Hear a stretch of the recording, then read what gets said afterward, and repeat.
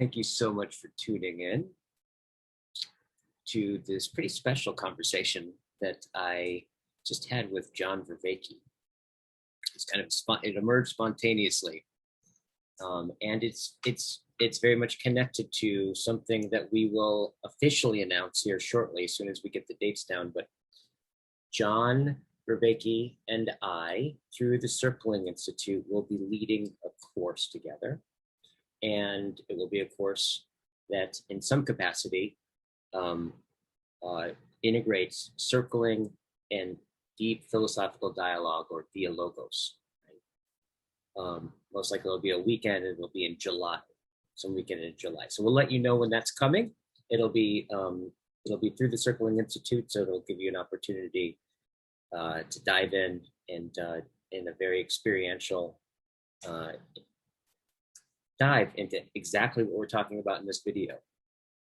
And so we had some technical difficulties on this, and I just tried to edit as much of it out as possible, so hopefully it doesn't come across as too clunky. But essentially, we were diving into this notion that Mr. Vervaeke has been bringing up, or brought up, about listening to reason. In the capacity, not in the instrumental reason sense, but in the way in which reason is something innate to us and revealing of the ground of the good as such. And so it was a deep dive into that conversation. Of course, that ended up culminating into essentially talking about fellowship and friendship, and these ways that the two are so mutually indwelled and dwell into and indwelled by each other. So I enjoy the dialogue. Stay tuned. I'll be giving out announcements, everywhere I can about the course that's coming up, and enjoy.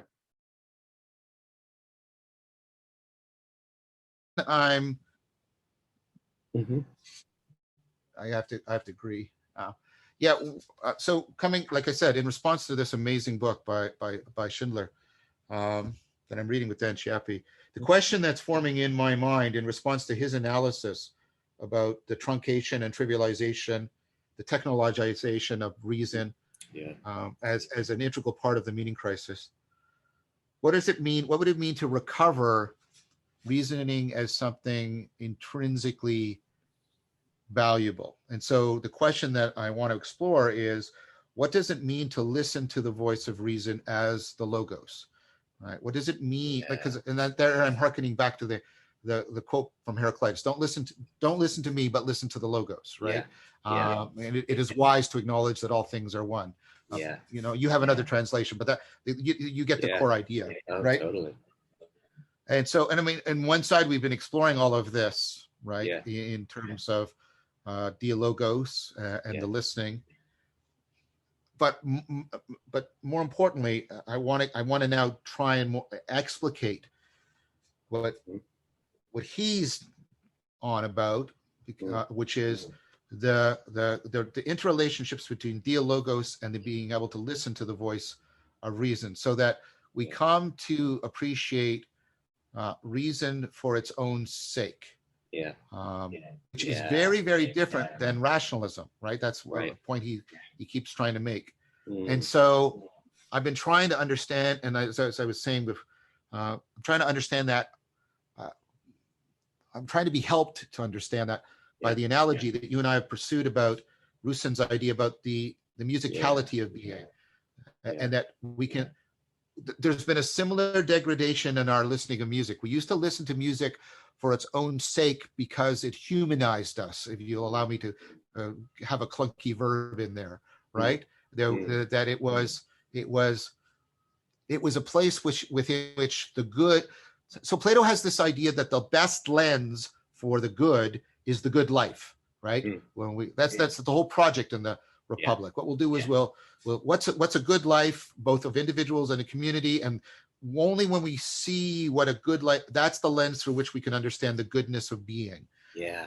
And so the ability to listen to that goodness is supposed to be inherently valuable to us. It's supposed to be integral to a good life. And then the idea is, but that requires a relating and a getting into a right relationship with reason, and reasoning as an enactment of the logos, that you're valuing it for its own sake. You're valuing the relationship rather than I reason because I want control over nature, or I want to manipulate or persuade people, or I want to win a political position, or I want to get to the bottom line, or I don't care about reason. I want to know what are the applications, what are the practical implications, like that voice that's really like powerful these days. And the point he makes is all of those sort of diminishments of reason, and also I think it's convergent with my argument of how we have truncated reason into mere logicality. All of those things are significantly contributing to the meaning crisis, because if we are not capable, his thesis is, if we're not capable of listening to the voice of reason, we are incapable of escaping. We're fundamentally, deeply incapable of escaping our egocentric bias. You said fundamentally escaping the intrinsic sense of bias, right? Yes. So this goes to a thesis I've made before, right? That what the deepest commitment in reason is the commitment to the realization of self-deception, and that what that does, right, is requires self-correction. And every genuine act of self-correction is ecstatic. It requires some self-transcendence in order to self-correct, right? And so the idea is, if we don't have the good as an aspirational goal in our acts of reasoning, we will not be able to appreciate the need for self-transcendence. And therefore, we will not be able to deeply appreciate the need for self-deception. So we might be able to manage some superficial self-deceptions, but we'll be able to do it ultimately in the service of a kind of narcissism and more pervasive self-deception. Right. And what he's highlighting in that book, what's been lost about Plato and reading Plato, which is what seems to come through all the dialogues in multiple forms, is this. I think what I heard is that Plato was in a certain sense arguing for not a reason in the instrumental sense, but that reason is what humans do because there is the good. Is that it's like there's the implicit way, and there's the implicit sense in which human beings, it's that's what I heard you say, right? That it's like it's the nature of human beings to reason, right? And it shows in some level the native ground that we have for the good, something like that. Yeah, I think that's exactly right. The idea is that, and Plato's great argument, to my mind, is the interconnecting of these things. We have these two great, I don't know what to call them, these two great meta drives. They're constitutive of our human personhood, our human agency. In person, somebody told me that person in some deep etymological sense means. So I was just saying that human beings have this, these two deep constitutive things that are constitutive of their personhood, even their agency. One is we're trying to remove inner conflict, and one is we want to be in contact with what's real, and we find those good in and of themselves. They're not morally good, aesthetically good, or even epistemically good. They're just good, right? They sort of they're part of the sinews of a good life as a good person, right? And well, I'm just thinking about this. I just keep, as you're talking about this, I keep just flashing to. I mean, one of the big, like the essentially what circling is so much about has to do with listening, right? And in the stage in the second stage of circling, right? First one is sovereignty. The second one is explore, and explore is about the subtitle of that is the, or in parentheses, is the art of getting someone's world. And Yes. and when it's, there's the art of getting someone's world, right? Because Yes. it's not technical per se. No. However, it's like I keep flashing to that sense in which, yeah, when you really listen to somebody, and you really listen in a penetrating way, right? In a way that's like not just what they're saying, the arguments, or in the stuff that they're talking about, but who's saying it. And the Mhm. way you start to hear is, what people start to hear is, they start to hear a care, it seems to me. It's all like, it's like you start to hear like, what, who is this being that's like cares so much to be baffled by the thing that they're addressing, right? Like, what's the, Yes. and you Yes. see, you can start Yes. to hear, and I think what you start to hear is this, something like, it's hard to put into words. I mean, it's, you start to hear goodness, right? It's almost Yes. like you start to hear goodness itself, like, oh, you're good, right? It's like, it sounds kind of Yeah. trite, but like at that level of hearing somebody being deeply seen in that way, I think what you see is this fundamental good, and it's like it shines, and everybody, and Yeah. you can just, it's so many experiences of people kind of having this experience of like, they start talking about some problem that they're having with themselves, some shame that they're having, or some problem that they're, and they go backwards and backwards, and you start to Yeah. open it up, and then you just see something that transcends and includes all of that, right? Is somebody's trying to grapple with something, but that they care, is it this relationship to goodness, and it's almost like you can feel the goodness itself emanating as their being, or something like that. So I keep flashing to what you're saying, and when I hear him like bring up the Yeah. intrinsic nature of reason, right? I think that's right. I think that's an excellent connection. That's really good. And what's interesting about that is, so like, and you do this better than I do, but like when you're getting somebody's world, right?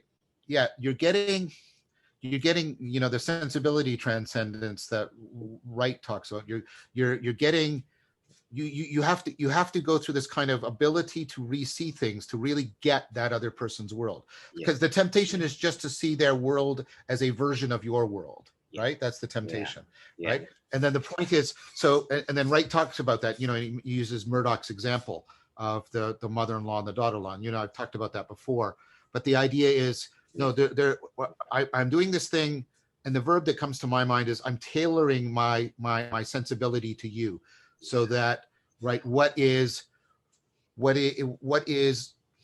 I don't like these words because they drip with romanticism, but what's yeah, unique yeah, about how you care about the world, like I'm really trying to get that. but yeah, but so there's kind of this, your suchness, if you'll yeah, if you allow that language, yeah, right? The way that there's a particular doorway to reality, a network of intelligibility that only you have woven, and I'm yeah, trying to see what that right, weaving is. But I'm also hearing something that is common, so that we can have a common unity, a community, which is, you underneath it are trying to get inner peace and be in touch with the world through your caring. You're taking care of yourself and you're caring about the world, and those are fundamentally bound together. And you and I share that. We have a shared commitment to that, insofar as we are committed to a good life as good people. right. I don't know how much of that you heard, Guy. Yeah. Oh, yeah. It was gorgeous. Yeah, I heard all of it. Can you hear Oh, me? Yeah, you're coming through on this end just fine. In yeah, fact, in fact, I really heard that sense of when you said in touch, in touchness, yeah, right? That, yes, yes, and that is that there's this warmth I notice, no matter how trippy and abstract the stuff that we talk about in Dialogos gets, what grows and grounds is often this experience of unbearable affinity, right? Like, That's just it. The two are there inseparably together. So yeah, I'm doing some Lectio Divina on Spinoza, and I'm reading this passage where he says, God does not have abstract ideas. yeah, And I was like, what? And what he means is, like, we have to go to this abstraction to get to that level. yeah, But that level is also in the most intimate yeah, connections we have. We yeah, we set these two as as right, somehow opposites to each other or distant from each other. yeah, But the move is that they're distant and then they come back together.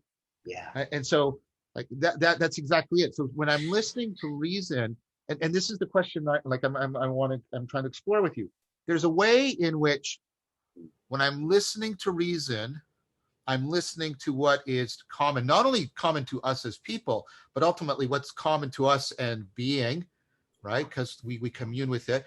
So I'm doing that, but I'm also listening to you. And like I said, your own, the way in which you are a particular perspectival and participatory portal yeah, into yeah, the being can express itself. And those two have to be held together.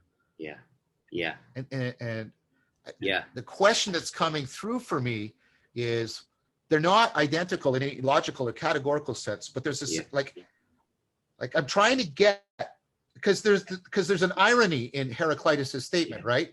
Because if we took him literally, we would stop reading the text and then we wouldn't get the rest of his text, right. and we wouldn't get the instruction to pass beyond the text to the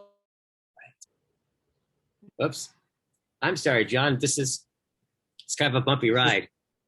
that's okay. We got you right back to the to get beyond to the logos. The logos.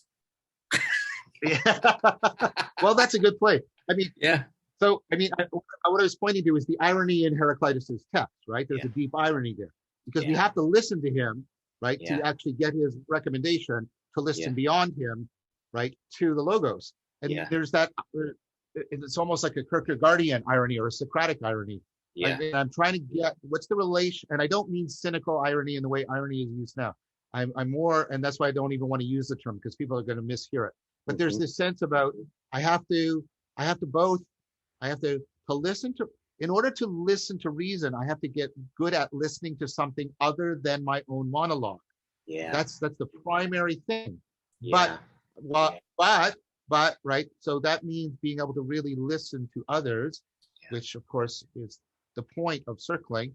Yeah. But I need to also be able, but myself and the others, we need to be able, insofar as we're hearing each other, we need to be able to hear something Yeah. that is common to us and beyond us. Like, Yeah. I'm sorry, I'm stumbling here, but like listening to reason is about fundamentally getting into, getting into right relationship Yeah. with reality. Yeah. And caring to do that Well, Sorry, I'm struggling, but I'm this trying is to great, open up and I appreciate the struggle because it's like you're highlighting something that's there. It's not totally revealed though, but it's present. It's present is concealed, right? And so we're addressing it. I think that right there, it seems to me like this is a moment where we're listening to something, right? Yes. It's Yeah. like there's something about like where you sense, it's almost like you sense a unity. You sense that there's something making this intelligent that's unaccounted for, right? Yes. And you hear it first. And this is why I was going to ask you, what is it? Why does it make more sense, if it does, right? If I put it like this, to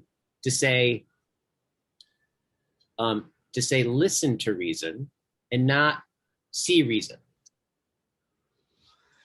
Yeah. Right. There's something intelligible there. I'm wondering about what's the. No, I think that's good.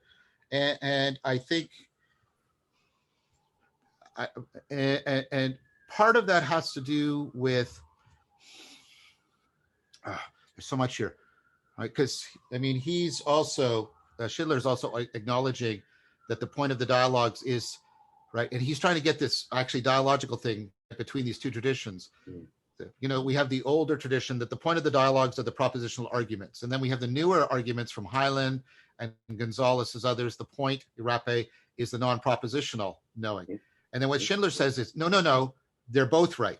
And it's about actually the dialogue between the propositional and the non-propositional, and getting that. And the idea is, if I get that into right relationship, I will be able to get into right relationship with reason, or maybe better, I will embody the right relationship that is reason to reality.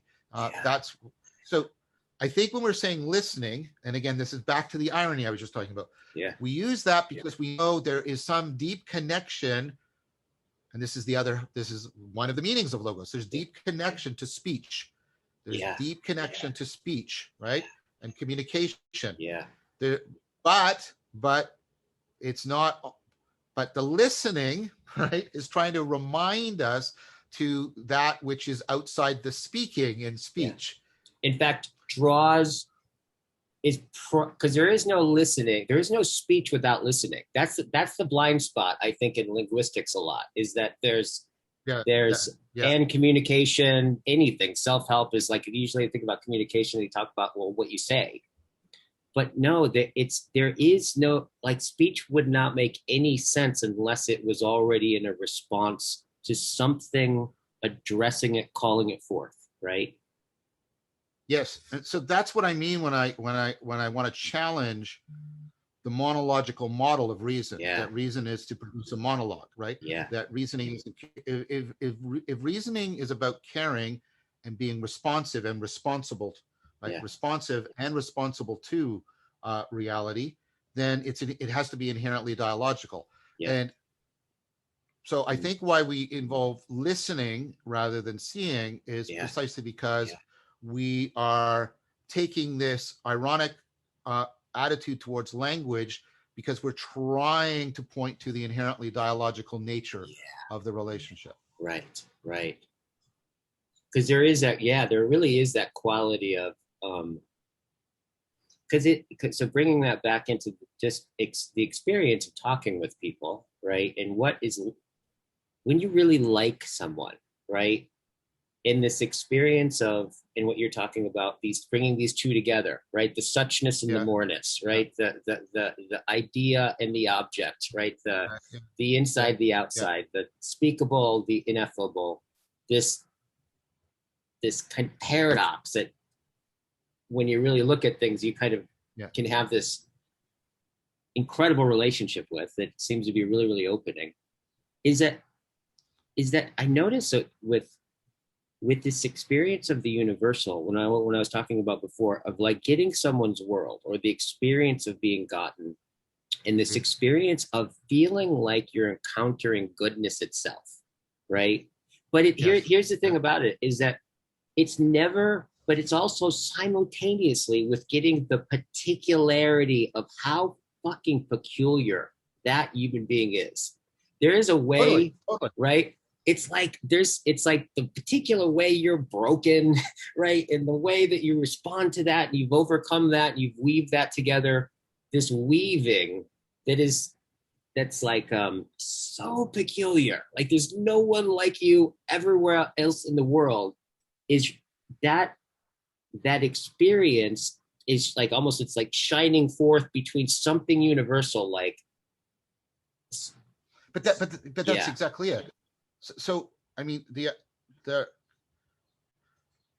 dialogue, the dialogos, actually exemplifies the inherently dialogical nature of participation, right? So the good, I mean, and this is why you have this whole metaphysics about emanation and emergence and their interpenetration, and that's valuable and important. But what they're trying to get at, right? Look, horizontally, we unfold something in a drama in dialogue. It's narrative, and narrative is our primary initial experience with non-logical identity.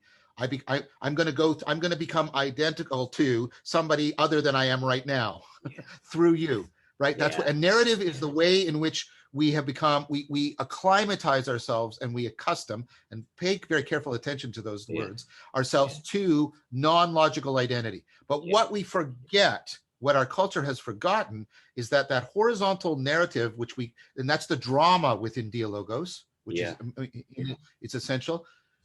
It's not the only form of non-logical identity. The other form of non-logical identity is participation. The non-logical Right. identity between the suchness and the moreness, between the, like, the particular is like the one is a source of determination, which means things become determinate, which means they become self-determining, which means they become different from each other. And in differing from each other, they don't form some sort of homogeneous mass. But that is the proper expression of the principle of determination. Right? This is Pearl's whole analysis.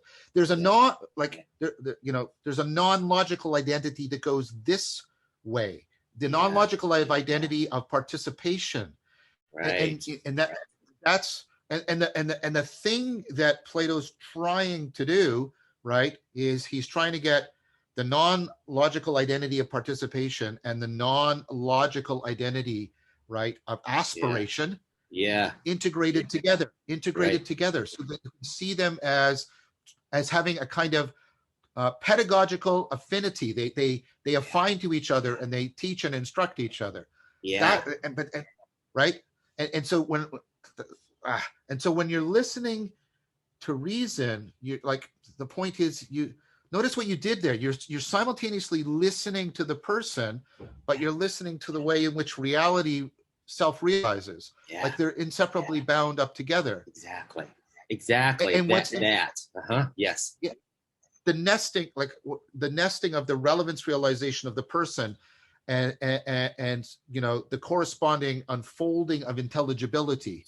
And that this is the thing that Whitehead is really impressing on me, and how much this is also dialogical in nature, inherently dialogical in nature. Same thing with Spinoza, even though Spinoza wrote in a monologue. But the point I'm making is, right, I'm trying to understand reason as this profound kind of responsiveness to the drama of aspiration, and and I don't know, that the self-transcendence, but we self-transcend in both directions. It's not quite right, but the participation and aspiration dimensions, and how they are bound together when we're listening. So could we come to one of Plato's point, and we're sort of just rediscovering it, the primary way in which I can correct for my bias is to really listen to you, to get your world, right? Because you have different biases. Can we take that relationship? Can we cultivate that relationship interpersonally, so that we can take it transpersonally, so that I can see the world as as the bearer of a perspective from which I can correct myself. Wow. Oh, I'm hearing a couple of things. Like one is, it strikes me that in some sense, where there are these distinctions that we're bringing together, right, that are operating, and that there's something concealed, right, that's not, that we can feel it, we can hear it, right, because it's when you go, that I'm like, this is good. We're right at the thing that kind of calls forth reason in a certain sense, right? It transcends reason. It calls it. It in some way alludes to it's in some sense it's not gotten there yet, but yet it's sensing it. And what's interesting is that we're describing something that people, humans, do, and they engage in, and they find themselves engaging in. So we're talking about a phenomenon, like on one level, like this only would even make sense because we're describing something that shines forth, right? In our intelligibility, right? And so if you kind of feel into what it takes to understand that and explicate that, what you're explicating is not theoretical fundamentally, right? It's non-theoretical, like at its base. It happens, right? And this is where Heidegger, I think, really kind of comes in this way of this kind of sense in which this, from our embedded, right, situations, right, all of this unfolds, right? And this kind of this very grounded sense. I think that's exactly right. I think that all of us, the degree to which we're not animals, and the degree to which we're aspiring to be persons living good lives, we are called to reason. But, and maybe Heidegger is valuable here too. I mean, when I ask the question how to listen to reason, part of the question, and this is, is Schindler's point, is we also fail to listen to reason. And I'm interested in, given what we said, like, how is it? I mean, I know how to answer that question as a cognitive scientist, as a psychologist. I know how to talk about biases and how they're rooted in relevance realization. I get all that, but I'm trying to get at what makes us turn away from them. I mean, I think this is what I called ontonormativity. The normativity beyond epistemic and moral and aesthetic normativity is ontonormativity, that the really good is simultaneously the really real, and it's really good just because it's the really real, right? And those two are inseparably bound together. And then we get called to it. Yes, and we get called to it, and people have these experiences of the really real and the ontonormativity, and we talk about them as mystical experiences, and that's legitimate. And there's even a mystical dimension, of course, in Socrates and Plato and Plotinus, right? And in Heidegger, Eckhart's Meister Eckhart's all through Heidegger, right? The Wesenheit is from Eckhart, right?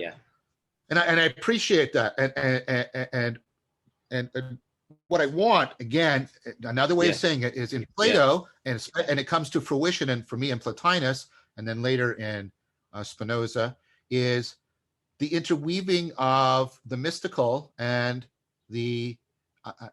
what is more frequently, not properly, that was a mistake, what is more frequently called the rational, where what's meant by there is argumentation, right? Argumentation. And for me, like, I want to understand how, I know, sorry, I don't want to sound pretentious. I think I understand, I have good reason and good evidence to understand how to get towards the really real in mystical practices, okay? But I have a sense of how to get to them in dialogical, argumentative practices, and I want to understand that. So another way of asking the question, because you can think of the mystical experience as pure listening. That's what it is. It's pure listening. You shut the mouth, you shut the eyes, you just pure listen, right? The pure consciousness event is one pole of that. But I want to understand, because the other thing I see in Plato, and it's right, is that sense of ontonormativity is essential to reason. And I also get this in Augustine too. And it's like, how can we recover? Because what we've fallen away from, we have fallen away from the linking of propositions as a way of linking us to the non-propositional. We have the only non-prop. So here's a proposal that we have fallen away from that, and that what we do is the linking of propositions and the non-propositional is the bottom line, the practical result, the technological implications. That's the non-propositional for which we are doing the linking of the propositions. And so for me, this is a kind of little confusion, right? And so how do we remember? No, that is all ultimately dependent on, parasitic on, a relationship between propositions that carries us to the non-propositional, that is the really real, that is really good just because it's the really real, and it's intrinsically good because it's the really real, and we experience it that way, and we experience it at the foundations of a good life and of being a good person. So it's at the foundations of virtue and life. Right. And that this way in which ethos, kind of this sense of ethos that these conversations somehow kind of dwell in and deepen and are dwelled by, right? That's why the question. That's why all the dialogues are about virtue. Virtue is about that, right? That perspectival, participatory transformation. Would you say a little bit more about virtue? Like that sense of, I mean, virtues are really, people usually think about virtues and they think they know what that is. If you ask them, you think that, it's like, well, they know what that is until you actually ask them. You're like, you really start thinking about virtues are quite trippy. Well, Right? because they have an inherently aspirational proleptic structure to them, Yeah. which right, which tempts us in two ways. So Yeah. let me try Yeah. this argument on you. Okay. Right. So let's take it as if you had no honesty, I can't teach you about honesty. Right. Right, because you like that's the ultimate version of the Minos paradox, right? If you don't see the value of honesty, I can't teach it to you, because anything I'm going to do requires you being honest with me, right? And admitting your mistakes, for example. So if you're incapable of honesty, I can't teach you honesty.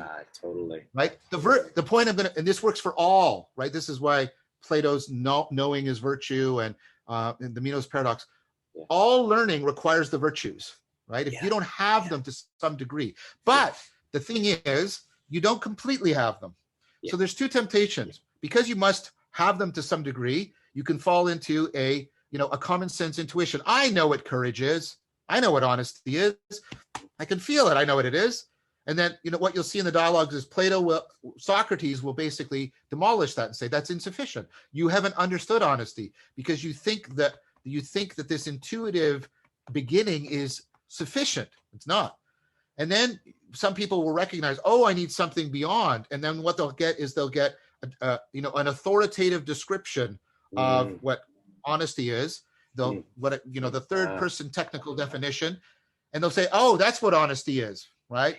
And then Socrates will destroy that, because it doesn't represent aspiration. It just represents appropriation. It just represents somebody like owning the proposition and think by that they've acquired the virtue. And his point is no.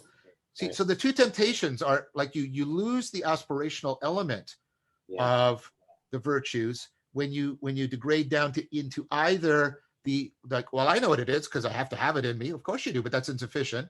Well, I know what I have to get beyond me, so I've got to go to something third personal. You're right in a sense, but you can't. It's not third personal without you connecting it to the first person, right? And this is why Socrates is on and on in the dialogues. Don't say it if you don't actually live it. Yeah. Right? So don't just give me the definition. You got to tell me, right? Right? Do you really believe it? And believing it, well, he doesn't even mean believe it. What he means is, we mistranslate that often. What he means is, are you really committed to that? Are you really committed to that? Tell me where you're committed, right? Yeah. And so I think, right, and of course, rationality is a virtue itself.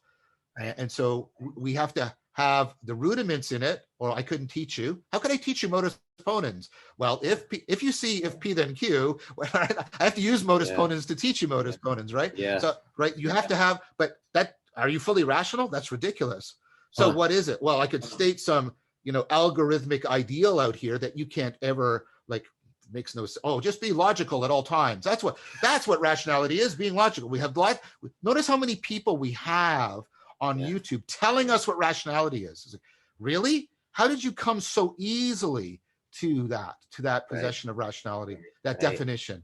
I've been studying it deeply, philosophically, cognitive science, cognitive psychologists for 2 decades. And people better than me have been studying it longer. And is there do we know? Well, oh, wow.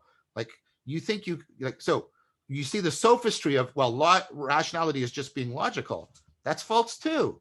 That's false too. That's insufficient. Doesn't mean logic is irrelevant, but it means that just giving into a formal third person definition is not going to get you into what the virtue is, because virtues are inherently aspirational. Right. Sorry, that was a long thing, but I was just trying to get an argument that I've been working on. That's great. This seems to be just at the heart of it, right? Like the whole, just in terms of to listen to reason, right? Yes. Like one, you're listening, it puts you right there. Is like to listen to reason is always to listen to someone, right? You got to listen to somebody to listen to reason, I think, right? Well, I hope you can do it. I hope we can, like what Chris says, I hope we can thou the world. Yeah. Part of what I'm arguing is part of listening to reason is thouing the world in the right way, not anthropomorphically, not projectively, but so that you can actually listen to it. Yeah. right? Yeah. And so Is like this what when I Goethe was getting to with his work on species and trying to grasp the species of plants is kind of in a certain sense is to listen to the the Goethe? the Yeah, secret of yeah, nature, like to hear it in some sense. yeah. Because Like when yeah, so his sense of seeing, his sense of seeing really is more, it's transsensual.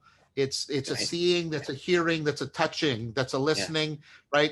Yeah, very much. There's something And there with Goethe. I've been like looking at that and wondering about that. What that talk about a peculiar soul. Goethe, man. but notice what you're doing here. Yeah. I just want to pause before we move to Goethe properly, because Yeah.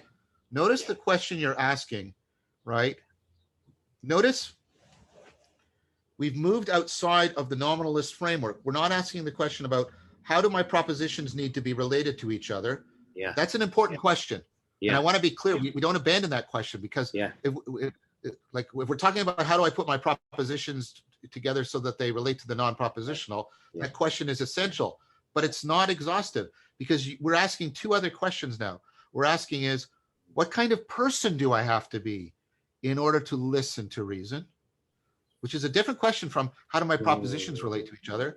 And then, and this is the question that, Gerson makes, super salient at the heart of ancient epistemology, which is like our epistemology, because we're after nominalism, is how do I relate the propositions together such that what is knowing?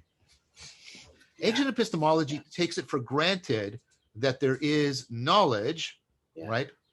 And so then it asks this question: what does the world have to be like such that it's intelligible? Which is a different question.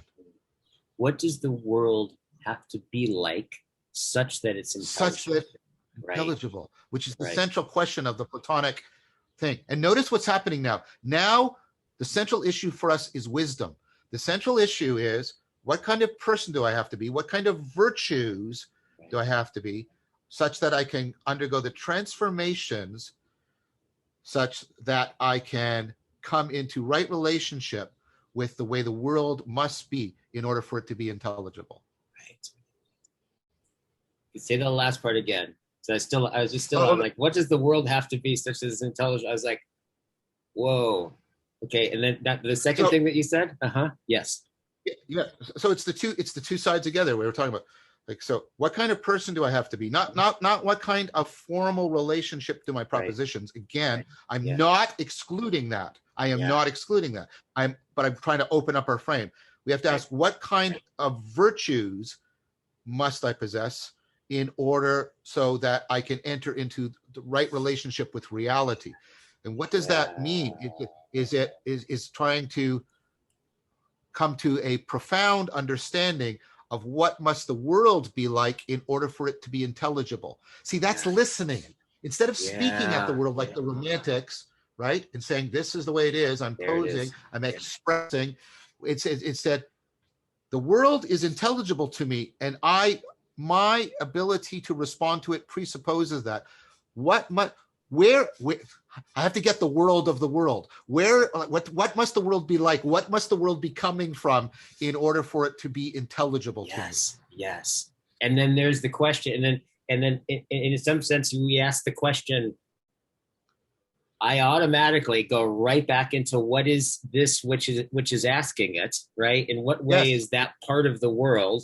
And then we start to go, it's very wide and specified, impersonal, personal. We're just right there. This is, I think, this right here is my understanding of your work. This is I think we're right here. If I understand your work correctly, this conformity, right? Yes. Is where you're pointing to it and you're saying, this is your response to nihilism. This is in some sense, your answer to nihilism. This is what we're pointing to right here, right? Yes, exactly. Okay. Exactly. So what I want to know is in some way that's analogous to the transformations in attention that bring about the mystical conformity to the really real that is inherently good. Yeah. It's an act of falling in love with being. Yeah. What is the process by which I link propositions together such that I also enter into a conformity with the real, a transformative process that brings me into conformity with the really real that is inherently good just because it's the really real? Yeah. That to me is like, that's the question about, and so how the virtues are, how do I learn to transformatively listen so I can be, I can be conformed to the really real? Yeah. So, I mean, it's going to be both. I'm going to be listening and proposing. That's the propositions. How do I tack, like sailing, between the listening and the proposing? There's where it could fall astray. There's where it could fall astray. And I think this is your answer. Like, in some sense, it's like, it's precisely because it's so interesting. I'm thinking about there, right? The English there is, right? Yeah. Of this sense in which it's like Heidegger talks about it as Schacken, right? Which roughly translate into shock, but it's that process of being here by stepping back, right? This kind of sense of like the there, right? Yeah. Like yes. And yes. and then the being there is what he would say is the thing that Dasein sustains with its being. This kind of fun, right. It's like this primordial sense in which you get this sense that there's physis, right?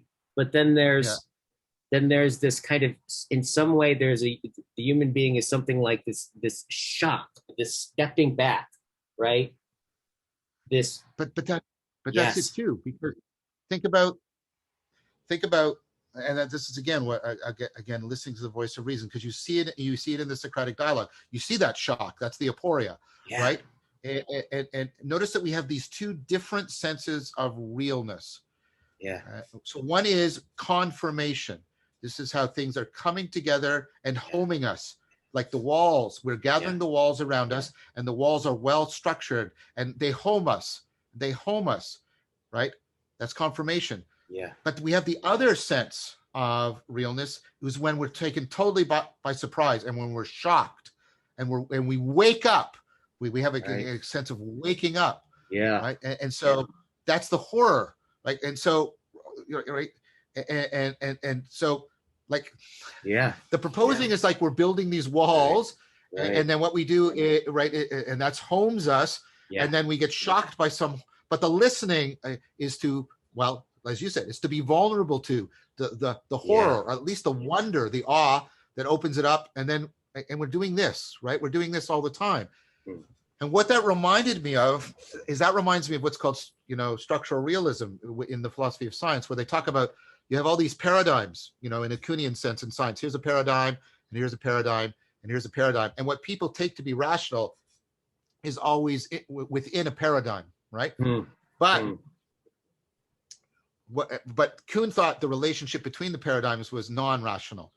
But people have been arguing in structural realism is no. Kuhn emphasized what was lost, right, between the paradigms, and he wasn't paying attention to what is being carried through the paradigms, such that there's actually a history rather than a random chaos. And I was thinking, well, that's interesting, because right, we can, right, it's like, right, what we can do is, as we build these little homes of proposition and then shatter them as we open ourselves up again to the world and then rebuild them, right? We can sense in that trajectory what is being carried through all of the different paradigmatic homes we're in. And there's a book, I can't remember the author's name, on Heidegger and transcendence. Caring where, right. Yeah, exactly. Isn't that perhaps what Heraclitus is getting on about? Because he's on about, the logos and the tensions. When I'm hearing through all the words, right, I'm hearing through all the particular meanings, and what I'm doing is I'm being carried through them, but I can only be properly carried through them if I do this. Because if I just do this, I'll stay. Yeah. And if I just do this, I won't be carried. I'll just flail. But if I do this, I'll be carried through them to find what is underneath all the sayings. Yeah. If that makes any sense. Yeah. Well, I was just kind of feeling just how irony somehow is at the heart of all of this. Yeah, exactly. Right?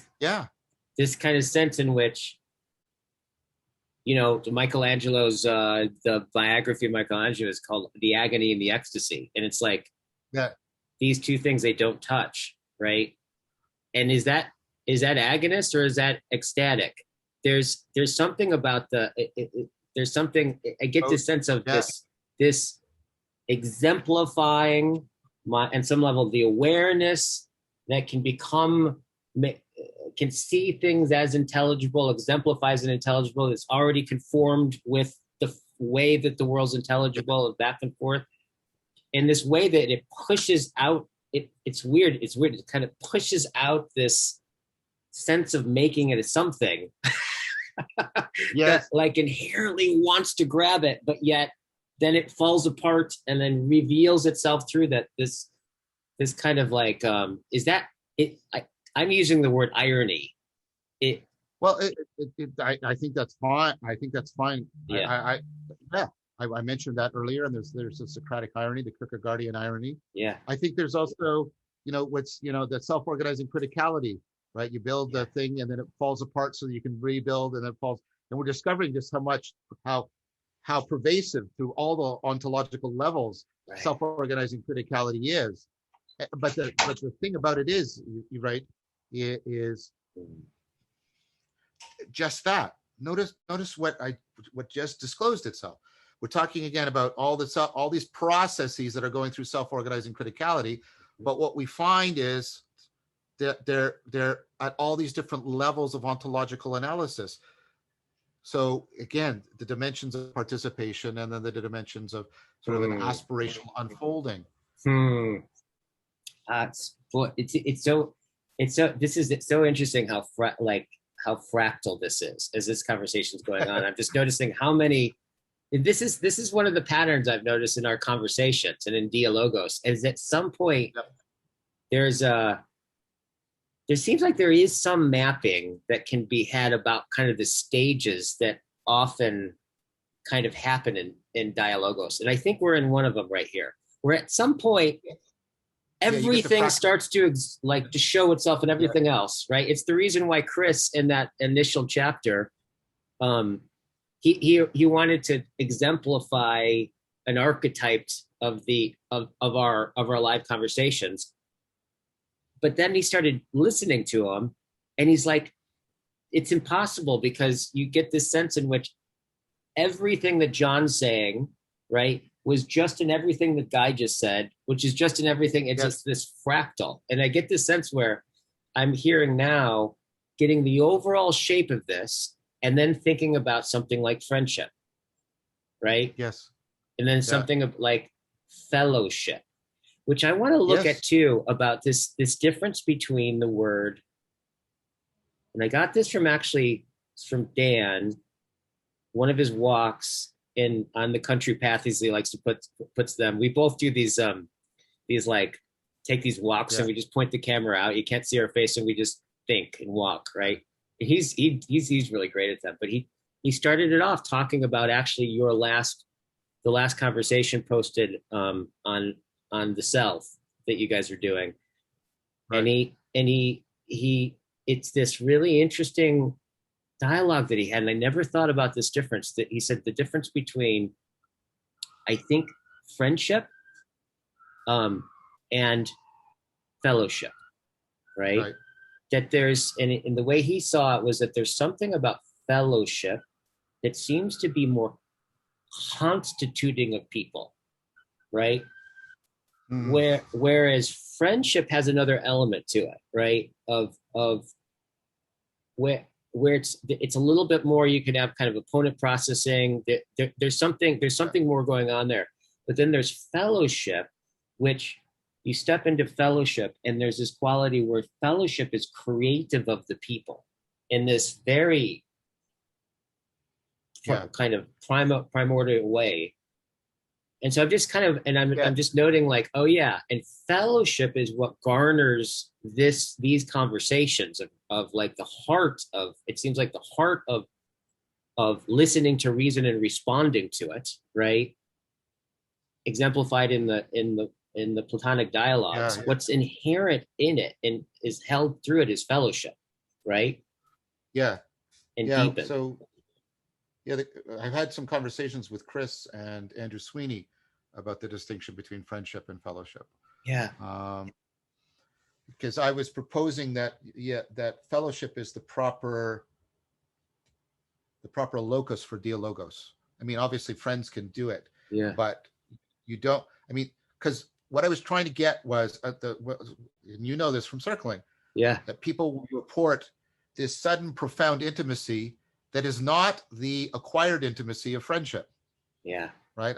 Where I'm like, friendship is an intimacy that you earn by deeply committing to people's longitudinal development, right? Where like I was trying to get at this sense of people having a deep intimacy that emerges in, like when within fellow, like within circling, or when people go to church, they go to church and they see each other once an hour or two a week, and yet they get this bond that's formed, Yeah. which is not the same as the bond of friendship. And you know, and so the model I was using for friendship was Paul, St. Paul's notion of the body of Christ, right? So that what we're doing in fellowship is maybe using the language we had here, right? What we're doing in fellowship is we are trying to build good people leading good lives within that fractal framework that is disclosed at the depth of the right? Yeah. Right. Whereas in friendship, what we're doing is I would propose, we're moving off of personhood within a community of persons. Yeah. That's why it's inherently agapic fellowship. We're moving into the crafting of the self. Friendship is about mutually shared selfing, whereas I would say that fellowship is about mutually crafted personhood. Right. And those aren't the same thing. They interpenetrate and they overlap, but so every fellowship needs friendships. Yeah. And all friendships need to be situated within fellowships, right. But they're not identical, because just like I think personhood and selfhood aren't identical. But when you're committing to someone as a friend, you're committing to their project of selfing. Whereas if you're in fellowship, what we're doing is we're committing to the project of the fractal realization of personhood within reality. That's how I would propose it to you, at least. Wow. I'm glad we recorded that. Because in writing this looking at in writing this paper I'm writing on Skole, right? And this kind of really realizing that you can't understand the ancient understanding of Skole. Essentially, it's the apex of ends and means. It's like where the good and the means to the good are the same, right? There is no process going on. It's considered the pinnacle of, I don't know, realization of being. And so, like Socrates said, like, I think you guys at the end, of course, he's being Socrates, like, look, I don't think you should kill me. I think you should pay me. So I could spend more time in Skole having like philosophical dialogues, right? And Socrates, and Aristotle said that like theoria happens in Skole, right? This kind of but it's interesting, you can't, and it's Skole is translated and I think lost into leisure. It's still right? Yeah. It's often translated into leisure or idleness. Yeah. And I mean, I think it's Pfeiffer who's tried to bring back the notion of leisure in the Greek sense. Because leisure used to be considered at least a ground for virtue. Yeah. The problem with leisure is we have confused it with the time away from work in which we can recover so that we can work again. Totally. Right. But even there, what's interesting about it is like that underlies almost all economics, right? Yes. And like Yes. if I mean, if anything, capitalism, we're like, it's all economics, right? So even But it there, it's underlies, central, right? yeah, but it underlies what we've been saying earlier with Yeah, Schindler, that the productivity of reason has to be in something that it produces that has an economic value, yeah, uh, yeah, which is right. Whereas we should be thinking that reason properly understood is the epitome of leisure, yeah, where leisure properly understood is not the absence of work. We shouldn't understand it privatively. We should understand it providentially. It is where we are providing for our personhood. I mean, and our right relationship to reality. mm, And, I'm willing to sacrifice quite a bit of my mm, economic yep, lifestyle so yep, that I can come into a good life. yeah, And most people would do that too. yeah, If they properly understood, at least this is Plato's argument, and I yeah, think there's empirical research to back it up. Most people would sacrifice their economic lifestyle if they were convinced that it would lead them to a good life. yeah, yeah, yeah, yeah. Well, and it's interesting So because in trying to write about this, I'm realizing like the reason why you can't translate it, right, is because it it presupposes a different way of being in time itself, right? It's a but it's a different temporality that I think that the in some senses is virtually lost, right? But yeah, it Han still talks it about still it in this peaks out in time. some of our phrases, right? When we say it's like the Yeah, right time, or yeah, like yeah. meaning and time Kairos. being so spoken together, right? Yeah, and so that's what Han talks about in The Scent of Time. Yeah. He talks about the ability to linger. We've lost Yeah. the ability to linger. Yes. Um, I've been trying to get back that notion with the notion of serious play, like when we're seriously playing music, Yeah. There you go. right? That notion, and Yeah. and so that's a great connection you've made, because there's a sense in which listen to the voice of reason means being able to listen to the musicality of being, which means being able to seriously play music and Right. listen within serious play Yeah. to that musicality. Yeah. And if you can't hear that, I mean, and of course we had the mythological representation of that in being able to hear the music of the spheres, right? Yeah. If people can't hear that, if they're deafened to it, then there is no way that reason qua reason can make an appeal Mm, to them. It can't call to them because they can't hear it. But right. but Right. but I mean, remember what we said earlier about virtues. They All of us must have some primordial beginning of reason, or else we could never ever come to Yes. appreciate it. Never ever learn it. Yes. So although people can be deafened to it, and maybe that's part of what's at the heart of the meaning crisis, it doesn't mean we have to fall into despair. It doesn't mean they're forever lost. No. No. I No. have to, I have to go soon, my friend. I have to This go is soon. I haven't. so good. Yeah. So speaking of friendship, I just had this moment of just feeling the innate bond and affinity that we've developed, John, and I just feel so grateful Yeah. for Me my too. friendship with you. Yeah. So, Guy, if you save this and if you edit out some of the blinks, Yeah. I'd appreciate having a copy. Yeah. I'd like to put this up on my channel at some point, because So I want rich. to. Yeah, it's so rich, and the deep connections between listening to reason, dialogos, realization, Yeah. serious play, all of that. Yeah, I Yeah. really want to. Okay. I just want to, even if I just want to also just have it for my own sake. There's a lot in here that was emergent, genuine Yeah. dialogos, Yeah. Yeah. genuinely emergent. So thank you for Yeah. that. Yeah. We started talking about our anxious attachment styles, and this is where we ended up. Yeah, yeah, Right? yeah. It's true. Yeah, yeah. There's a deep And, connection and, there. and I think that can see that's what I'm talking about is like this is the way that I would imagine where you end up when you listen to reason, because like we can start talking about the most ordinary situations of our lives, and with a certain kind of listening you can hear, and it could start to speak to you, and then you can start to respond to it, and then it opens up and we end up in this whole world that exemplifies all the things that we're talking about. Yeah, this Yeah, is that's Spinoza's Scientia Intuitiva. But it's there you also go. Blake's mystical vision to see the world in a grain of sand. Yeah, It's the two. You yeah, see, and we were exemplifying what my question is. How do we discourse and how do we dialogue and how do we propose propositions to each other, right, right. right? And clarify our concepts such that we get to the same place that we can get in the mystical vision. Yeah, Because that, to me, to get to the place where we appreciate the really real as what was always calling us in reason, that to yeah. me is to listen to reason. Anyways, I gotta go. I gotta go. So I gotta go. good. We'll Mwah, much just keep love. talking. Okay, Much cool. love to you. This is great. This is Take care. great pre-course talk too. Bye. Yeah, very much. Very much. Okay, bye-bye. Bye.